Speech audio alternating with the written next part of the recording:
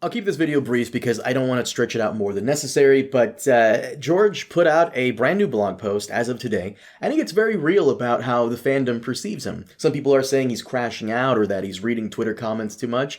Personally, I think he is a man who is putting it all out there to let you know that he's aware of the situation and all the hate just isn't necessary. Something I actually agree with, but let's get into the blog post because I do think it's worth breaking down bit by bit. But as always, before we get into it, like, comment, share, subscribes, yada yada yada, you know the drill. Let's get into this, because I do want to go through this line by line. So he says here, for all of you Howard Waldrop fans out there, if you enjoyed our short films, the adaptations of Mari Margaret, Night of the Cooters, The Ugly Chickens that we've been showing at film festivals over the past couple of years, we have a big news a-coming. A Howard Waldrop feature is on the way, all animated from Line Forge. So, real quick with this, George is determined to keep his friend's memory alive by using his own money and influence to make that happen. And like I said before, even in the video we put out yesterday, I have nothing but respect and love for him doing this. George was fortunate enough to have found immense success in his life and is using that to help out his friends. And I think I speak for a lot of us when I say we all wish we could have a good friend as George R.R. Martin is to Howard. And in the video we put out yesterday, like I mentioned in the title, which some morons misunderstood, him doing this for Howard, it's not the update we wanted from him, but I think it's the one we needed to see.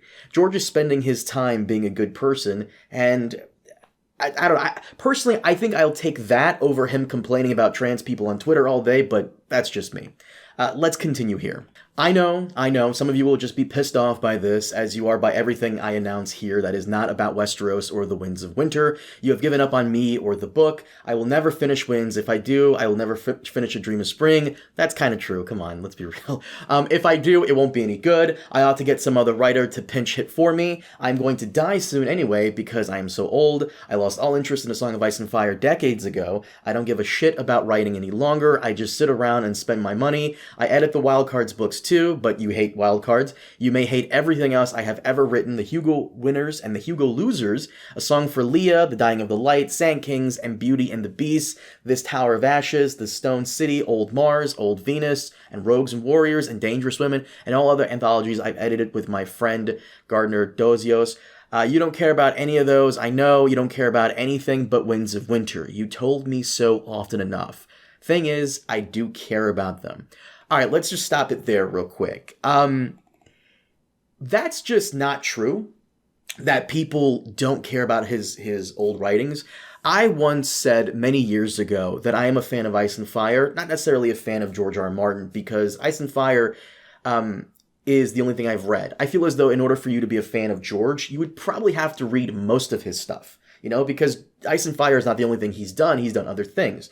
That was many years ago. In the time since, I have read a couple of his stuff, Meadhouse Man and The House of the Worm. I'm currently in the middle of Fever Dream, and I'm quite liking it. But I've never met anyone who was serious about disliking all of his stuff, beyond Wildcards, which, if we're being real, his other stories are way better than Wildcards, but that's a video for another time. It's clear that George has been reading some of the comments. Whose comments? I have no clue. I doubt it's mine, but if you go on any video's comment section where the topic is about Winds or George, it all kind of blends together. But I disagree with him here that people hate his other stuff. That's definitely not true. I personally, and many of you have made fun of me for this, believe that we'll get Winds of Winter one day, or something akin to Winds. One way or another, it's coming out, in my belief. But if we're being real here, Dream of Spring is just that, a dream. But I don't think I've ever heard someone say that they expect Winds to be bad. Maybe a bit different, because George is obviously a vastly different person today than he was 15 years ago. And, I mean, yeah, but never bad. As for him losing interest in Ice and Fire, again, that criticism is something I'm very unfamiliar with, but I also understand. While I don't believe it's true, I don't fault people for thinking that, especially since he doesn't really discuss it too often, unless it's to criticize Ryan Condal. So, as for him getting someone else to write the books for him, that may have come from me. I did a video a while back about Sanderson writing it, but in that video, I specifically state that Sanderson isn't the guy for the job, though many of you in the comments of that video said that Joe Abercrombie may be the best candidate, and what a coincidence. He and George just did an interview together. But Yeah, I don't think George is crashing out. I don't think he's going ballistic here. I don't think I don't think any of that. I think he's just being very real. He's not fed up. He's not angry. He's just being open. And I appreciate that.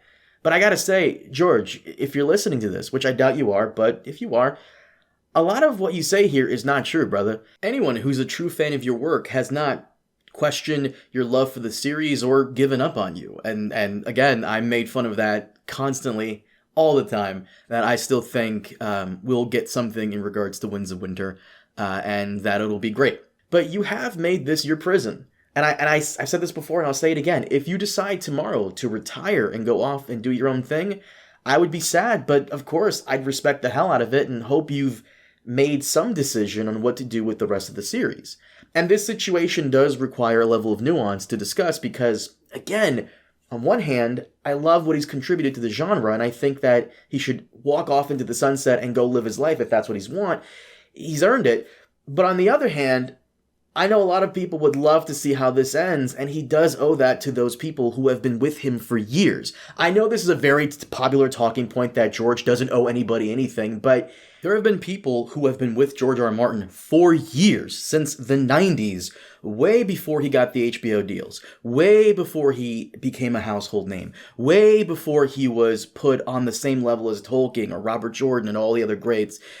There were people that have been with him for so long that he kind of owes it to the people that kept him afloat all those times before he was mega rich, to see this through, or at least arrange something to where the story reaches its conclusion. Not only that, though, but I think he also owes it to his legacy, because, and I've said this before in other videos as well, and I'll say it here, you don't get to be on the Mount Rushmore of fantasy or literature if you didn't finish your works. Now, for anybody who's going to bring up Robert Jordan, who passed away, Robert Jordan, and even Frank Herbert for that matter, they were working on their series before they passed.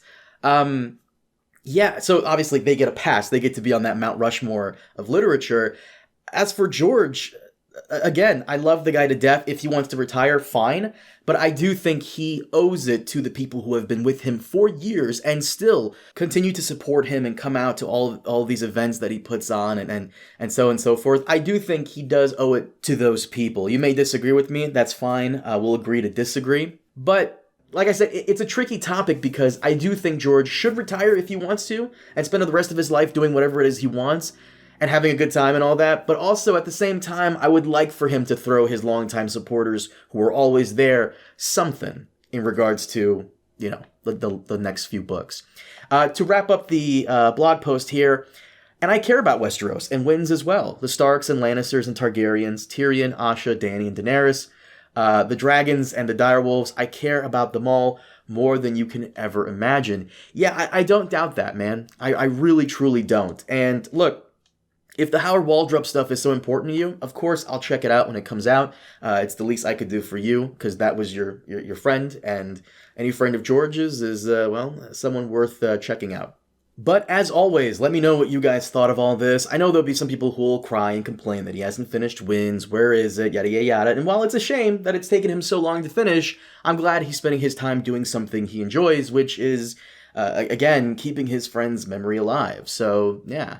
Thank you so much for watching. Sorry if the video felt a bit off. I didn't write a script for this one. It was all off the cuff, but I wanted to get my thoughts out there, and yeah. Comment, like, subscribe, you know the drill. See you all next time. Have a good one.